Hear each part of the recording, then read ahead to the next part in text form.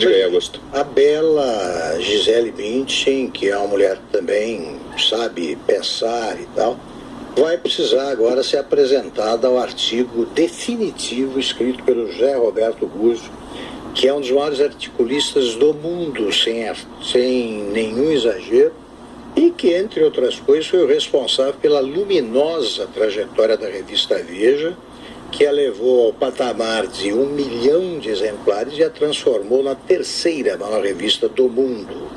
Ele acaba de publicar um artigo que eu peço licença a vocês para me estender um pouco, porque vale a pena. É uma aula de lucidez.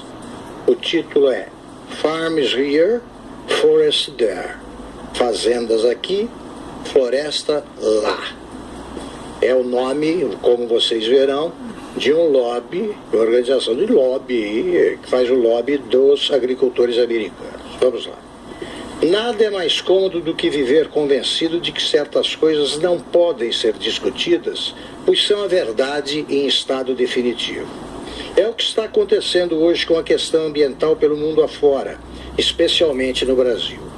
Ficou decidido pela opinião pública internacional e nacional que o Brasil destrói cada vez mais as suas florestas por culpa da agropecuária, é claro. Terra que gera riqueza, rende imposto, é o inferno. Terra que não produz nada é o paraíso. Fim de conversa. Os fatos mostram o contrário. Mas e daí? Quanto menos fatos alguém tem a seu favor, mais fortes ficam as suas opiniões. Ninguém imagina, pelo que se vê e lê todos os dias, que a área de matas preservadas no Brasil é mais do que o dobro da média mundial. Nenhum país do mundo tem tantas florestas quanto o Brasil, mais que a Rússia, que tem o dobro do seu tamanho, e mais que Canadá e Estados Unidos juntos. Só o Parque Estadual da Serra do Mar, em São Paulo, é 2 vezes maior que a maior floresta primária da Europa, na Polônia. Mais que tudo isso, a agricultura brasileira ocupa apenas 10%, se tanto, de todo o território nacional e produz mais hoje do que produziu nos últimos 500 anos. Não cresce porque destrói a mata. Cresce por causa da tecnologia, da irrigação, do maquinário de ponta. Cresce pela competência de quem trabalha nela. Como a agricultura poderia estar ameaçando as florestas se a área que cultiva cobre só 10% do país, ou tanto quanto as terras reservadas para os assentamentos da reforma agrária? Mas os produtores conservam dentro de suas propriedades, sem nenhum subsídio do governo, áreas de vegetação nativa que equivalem a 20% da superfície total do Brasil. Não se trata aqui de dados da bancada ruralista. Foram levantados, computados e atualizados pela Embrapa, com base no Cadastro Ambiental Rural durante o governo de Dilma Rousseff. São mapas que resultam de fotos feitas por satélite. São também obrigatórios. Os donos não podem vender suas terras se não estiverem com o mapeamento e o cadastro ambiental em ordem. Do resto do território, cerca de 20% ficam com a pecuária e o que sobra não pode ser tocado. Além das áreas de assentamento, são parques e florestas sob controle do poder público, terras indígenas, áreas privadas onde é proibido desmatar, etc. Resumo da ópera: mais de 2/3 de toda a terra existente do Brasil são áreas de preservação.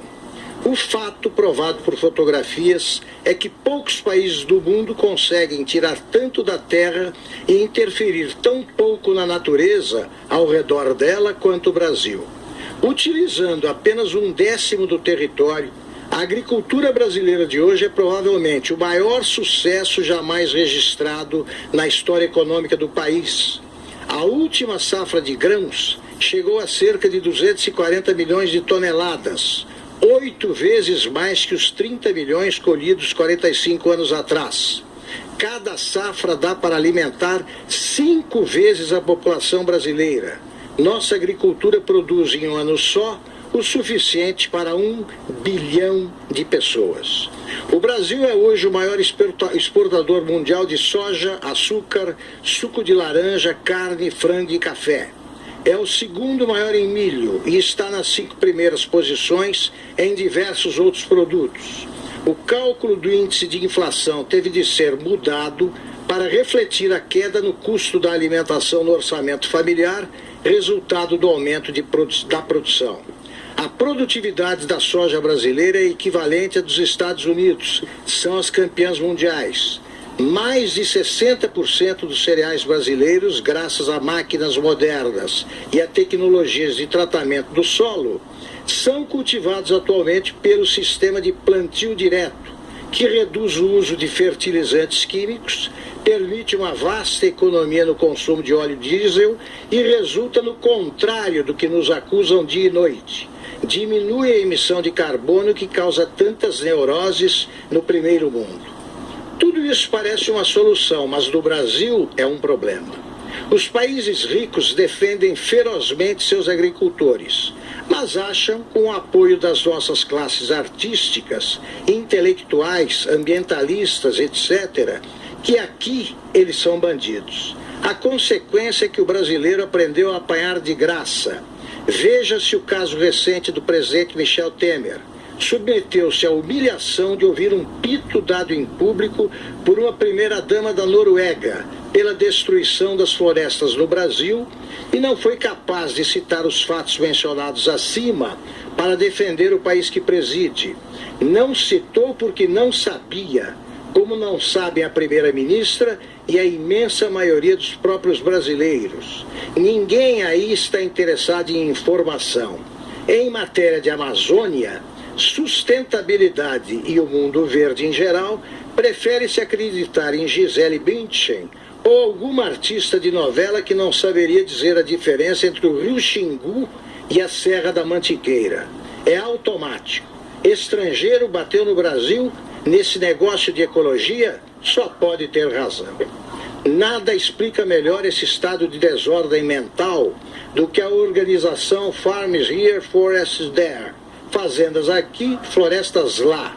Atualmente um dos mais ativos e poderosos lobbies na defesa dos interesses da agricultura americana.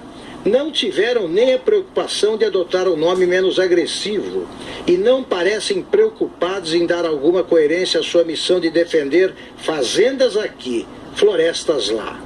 Sustentam com dinheiro e influência política os Greenpeaces deste mundo, inclusive no Brasil.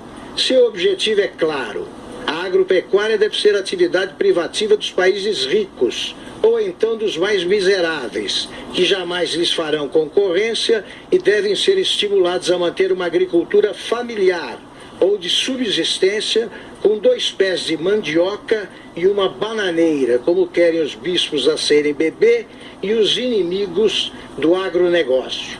Fundões como o Brasil não têm direito a criar progresso na terra. Devem limitar-se a ter florestas, não disputar mercados e não perturbar a tranquilidade moral das nações civilizadas, ecológicas e sustentáveis. E os brasileiros vão comer o quê? Talvez estejam nos aconselhando como Maria Antonieta na lenda dos brioches: comam açaí. Esse artigo... Parabéns aí, J.R. Guzzo. Tem aplausos aí, né, André?